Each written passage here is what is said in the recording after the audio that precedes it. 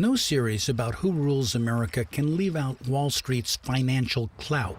We've left its impact for last, secure in the knowledge that in today's America, this financial district is a key power center, a hub for the financialization of an economy in which the control of big money is often central to the control of politics and society. We have spoken with a respected corporate executive who told us point blank that the rich now rule America. My personal opinion is a large part of what's happening economically is due to basically globalization and digitization of business.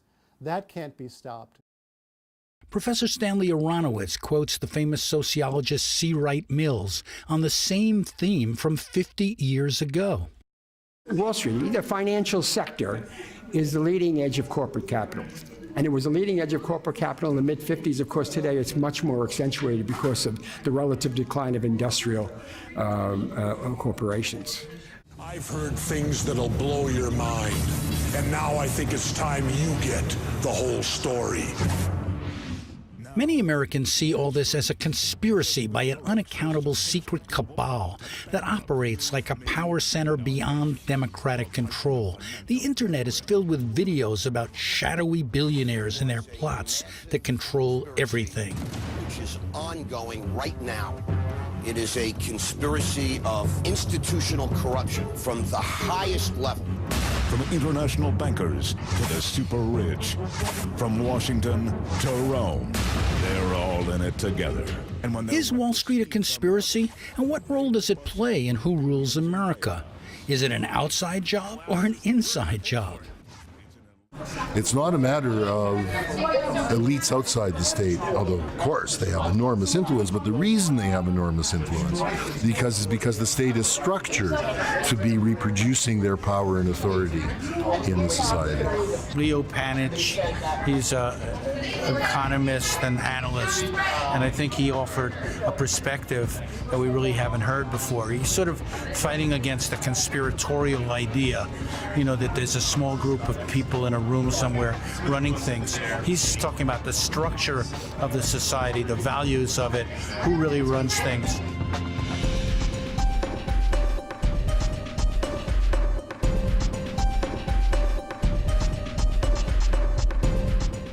Wall Street is not only a place, it's an industry with thousands of interconnected firms that call themselves a financial services industry. But they are much more than that. They are deeply involved with how our country is run, says Robert Weissman, the head of the public interest group, Public Citizen. Well, you can't understand what's happened in the country in the last 30 years in terms of economic policy and really the way the country's evolved politically without understanding how Wall Street has grown in power. It's grown in economic power and it's grown in political power, and that's been synergistic. They use their political power to wipe out a whole range of regulations that control them. In the past, investors would buy stocks in real companies and industries that generated jobs, provided services, or created products of value. Those days are gone. They became a bigger and bigger portion of the economy.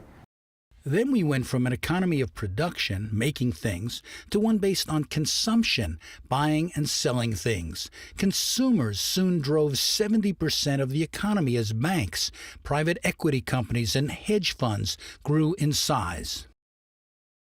As they became a bigger portion of the economy, they were able to leverage more and more political power in a really horrible cycle for the functioning of democracy. And what that led us up to, of course, was the crash in 2008. So consumers went deeper and deeper into debt. And then bankers bought and sold debt while they changed the rules regulating their activities. A whole series of deregulatory moves that had been enabled by the political influence of Wall Street led to the actual functioning of the economy to be a disaster. Because as billionaire investor George Soros told me years ago, the capitalist economy is also inherently unstable and prone to bubbles and crashes. I've worked with the theory that financial markets are inherently unstable.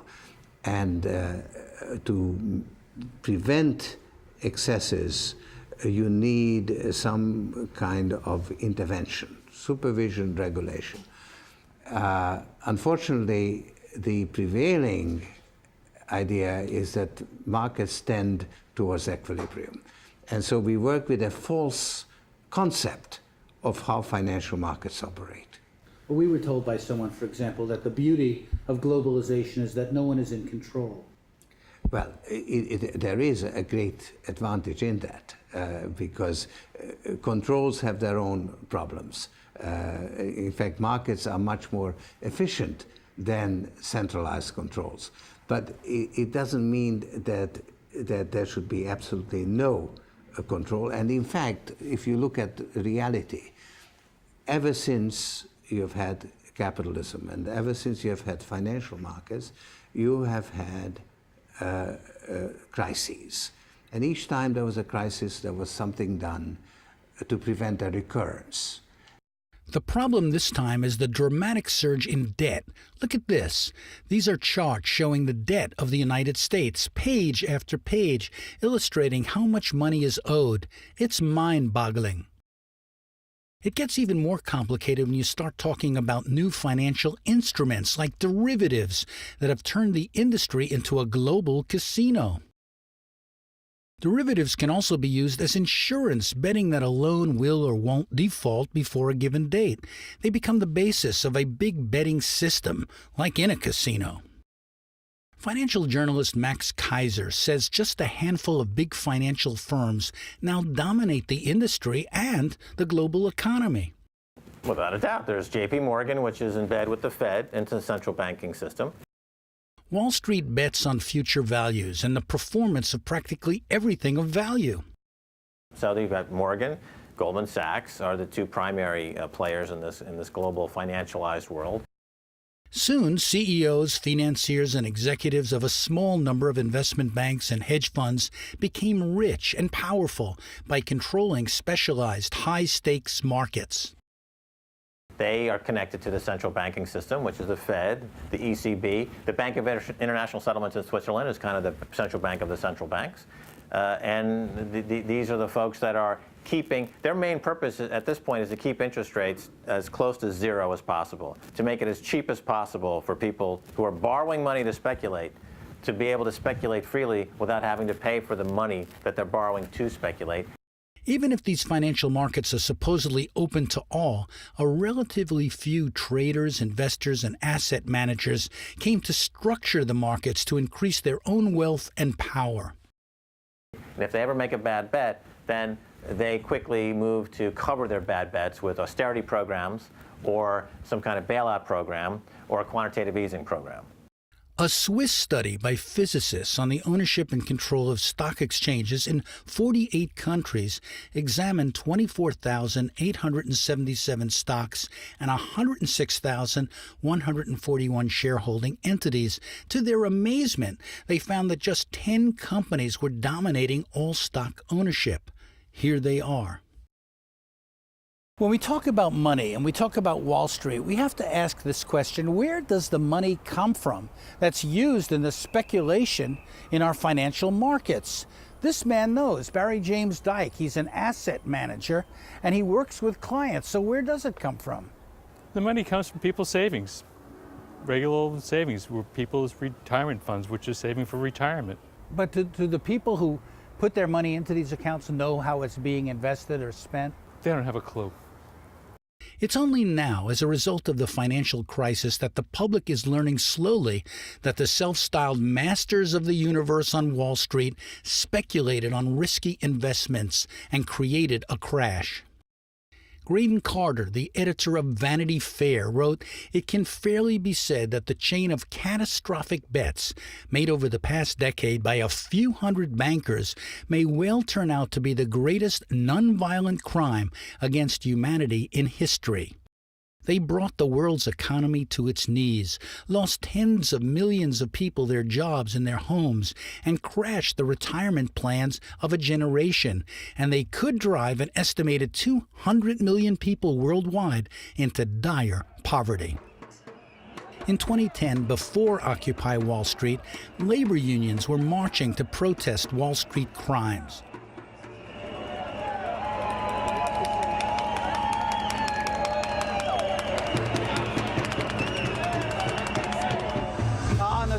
29th of April. This is a march on Wall Street organized by the AFL-CIO, which says they've organized 200 protests so far, but you never know it in terms of the media coverage. Well, today, the media is out, and they're marching because of a theft. Millions of jobs are missing, 11 million jobs, according to the AFL-CIO. They want payback. They want Wall Street to pay. They want a new tax on financial transactions.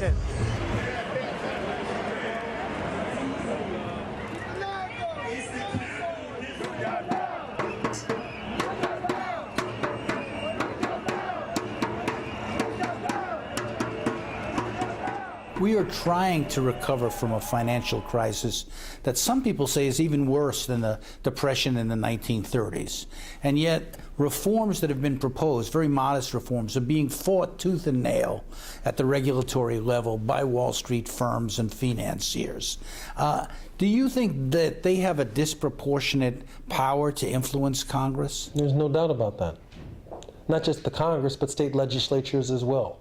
Their strength, their power runs the entire gambit of the American political system.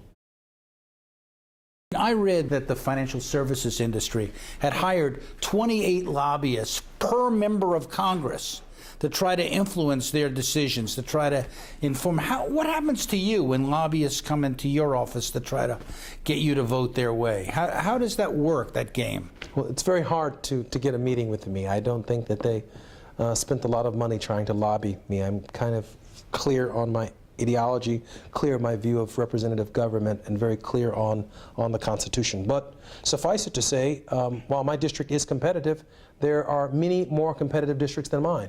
And every member of Congress, to that extent, becomes a prisoner to the election process, to the fundraising process.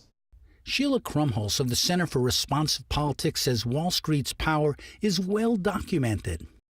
Wall Street, the banks, and the financial industry writ large is the single largest source of campaign cash in the United States, and it has been for years, if not decades. It is kind of following the Willie Sutton rule of politics. You go where the money is. That's where the money is. They have not just political action committees that can pony up maximum amounts to influential members of Congress who have jurisdiction over their industry, but also they can pony up, pass the hat and pony up hundreds of thousands of dollars just among their partners and vice presidents and executives in their companies. She says their clout will impact the election in 2012. So they can muster a ton of money, and this is also seen specifically in the presidential race in 2012, where, of course, Mitt Romney has hailed from the private equity industry, and prior to that, Barack Obama had been the darling of Wall Street. So Wall Street and banks in particular are an enormously influential part of the U.S. industry. That power is being shown as Wall Street lobbyists try to sabotage financial reforms passed by Congress. 2 years after the passage of the legislation, and are the regulators doing the good things that Congress told them to do? And the answer to a considerable extent is no. They're way behind on issuing the rules that they're supposed to issue. Where they actually have issued the rules are getting challenged in almost every instance in court by the Chamber of Commerce or the Financial Securities Roundtable or other Wall Street interests. And they're having a tough time with a judiciary that's favorable to big business and maintaining the rules that they've issued. So reforms can be passed, but they can also be sabotaged. Right. They get multiple bites at the apple. They get a bite in Congress, where they've got enormous power, but at least it's mostly a public fight. And then they go to the regulatory agencies, where they also have enormous power, but it's usually below the radar, off the front pages, and they don't even have the public scrutiny. Recently, on a radio show I host, I discussed Wall Street power and the financial meltdown with financial journalists Max Kaiser and Stacey Herbert, as well as Andy Stepanian, an animal rights activist who led a campaign against a company in the business of painful medical tests on puppies. After his group drove their stock price down, the company went broke, but then the government labeled him a financial terrorist and sent him to prison. We began by comparing Wall Street to the Titanic, the unsinkable ship that sank. If the Titanic were the story today, the difference would be that Goldman Sachs and JP Morgan would have heavy bets that would pay off when the ship sinks, and Hank Paulson would be down there widening the gash. It brings me to a new study out just recently, and they looked at hundreds of shipwrecks throughout the past few hundred years. And what they found is that the norm is actually for women and children to die more frequently than men, and that the captain usually didn't go down with the ship. They were usually, their survival rate was the highest. These guys, they use derivatives, as Warren Buffett calls them, weapons of mass financial destruction, to make situations worse, because their bets that they have on these calamities becoming worse pay off enormously, and we see that in the numbers, in the bonuses. It's reflected. Andy, you were nodding before when Max was speaking about all of this. Is this really true that they're betting against, us in a sense, betting against, hoping for bad things to happen? I don't think that everybody that works on Wall Street has this mentality, but there is a culture that's in place where people have learned to at least accept and justify behavior like looking at these investments, betting investments against, things to fail, whether it be a government, whether it be a country, or whether it be a company to fail, and say, oh, well, I can justify this. And you look at it like it's numbers. You don't look at the people behind it. You don't look at the families that suffer. You don't look at the country that suffers as a result. Well, here's what is mind-boggling to me, is you are presenting a picture of intentionality, that people did things to further their own interests. They knew what they were doing. It was calculated. And yet, in most of the media, it seems as if it's presented as some sort of mistake, as miscalculation. Gee, we wanted housing to go up, but it went down. You can't blame us. Everybody was doing it, therefore nobody was doing it, therefore nobody can be prosecuted. Well, let's assume that there was intention. Is that a good thing or a bad thing? Some would argue that it's a good thing to have people who are parasites in an economy, because parasites are useful. I have parasites in my intestines. They perform a useful function. The problem is the parasites don't run my heart, lungs, and brain. In America, the parasites write the regulatory framework that's supposed to be governing them, so the parasites run the show. Is Wall Street affecting, capital? Is Wall Street affecting our policy making? Well, they're becoming our policymakers, at least for a short period of time, and then returning back to the banks. So it's a revolving door kind of thing. Essentially, I mean, they're in and out of whether it be the Bush administration or the Obama administration, the different positions within the cabinet that are governing finance are individuals that are former CEOs of banks, or they might go back to being an honorary chair on the board of directors. It's this incestuous relationship between Wall Street and policymakers. Sounds so corrupt. Danny, you asked who runs America, and I say it's ignorance. And Thomas Jefferson warned of this, and that we needed a media who would inform the population, otherwise we would lose our democracy. So this is ignorance that is being forced upon you, criminalizing knowledge. This is something that I was startled by when NASDAQ opened up, in Times Square, a big studio out front with a big window, and then I said, I'd love to tour the exchange. And this was the time that Bernie Madoff was running NASDAQ, and they said, you can't tour the exchange. There is no exchange. It looks like an exchange. There's a building that says NASDAQ, but the actual operations are computers. Algorithmic trading goes well beyond that. As you're alluding to, it's not about individuals who are taking any risks personally to make a market as part of a capitalist system. These are computers that have virtually unlimited credit, because the cost of credit is now zero, and the ability for a bank like JP Morgan with a $90 trillion balance sheet of derivatives, they can lend $1 trillion to a computer program to make a bet. If the bet doesn't work, then they get a federal bailout. If the bet works, then they get a bonus. So it's heads they win, tails we lose. And this has been going on now for a number of years, but it's gotten shockingly more disproportionate and asymmetric. This shift towards super-fast computers is just another example of the deeper shift we've seen in power as finance, in effect, takes over, with politicians courting Wall Street at global conferences and in private meetings, as George Soros explains. It is actually symptomatic of the age, because you have presidents and prime ministers courting the financiers and the industrialists. So it does show a shift in the relative power. But I don't want to convey. See, I don't believe that business can in any way replace the power of the state, because it's different kind of power. So the sovereignty is still in the hands of the state. Wall Street, you know, it sounds like a conspiracy theory, but Wall Street controls everything, you know. I mean, they're the major shareholders of all the major companies. Look at the BP oil spill. Who is the owner of BP oil spill? The biggest shareholder is JP Morgan. There's so much happening now, you know. There's no stopping what's happening now. The system, everyone knows the system's broken. Whether you're, you know, a 1%er or a 99%er, a Republican, a Democrat, anarchist, communist, capitalist, everyone knows the system is broken. So now we need to fix it. We'll give the last word to a scholar with a longer view, American historian Eric Foner. I think what we face is a serious democracy deficit, not only in the United States, but in many other countries as well. I'm not quite ready to say a plutocracy determines everything that happens in the United States, but I think the democracy deficit arises from the fact that fundamental issues are now just off limits from democracy.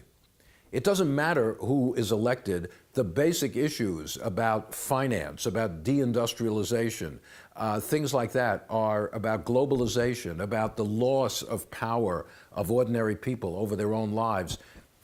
That's not open to discussion. I don't care if it's Democrat, Republican, Obama, Romney. That's not part of what their debate is. Their debate is at the margins so that the fundamental issues facing ordinary people are not subject to democratic consideration. Government does not represent the ordinary people. Even though people elect the government does not respond at all to the needs and aspirations of ordinary people.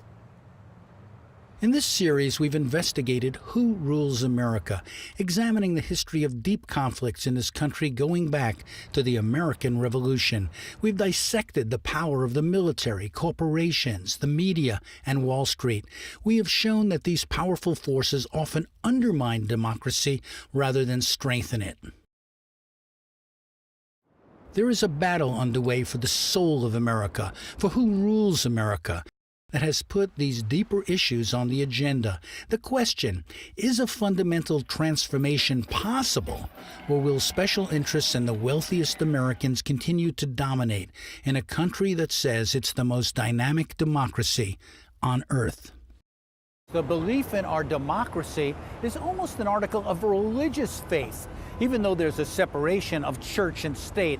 Perhaps that's why the views you've heard in this series are rejected by the establishment, rejected by academia, rejected by the press. They believe only the people have power, if anyone does. But opinion leaders don't look into it. They don't focus on interests, they focus on ideologies, on personalities, not institutions. The idea of a power elite is an anathema to them, because if people believed it, that might spur dissatisfaction and dissent. In the age of the internet and global television, you can't stop people from being exposed to counter-narratives to official myths. These issues are debatable, of course, but most political coverage doesn't debate other ways of looking at the world. It relies on the usual pundits recycling conventional wisdom. They don't ask who rules America. Members of Congress, I have the high privilege and the distinct honor of presenting to you the President of the United States.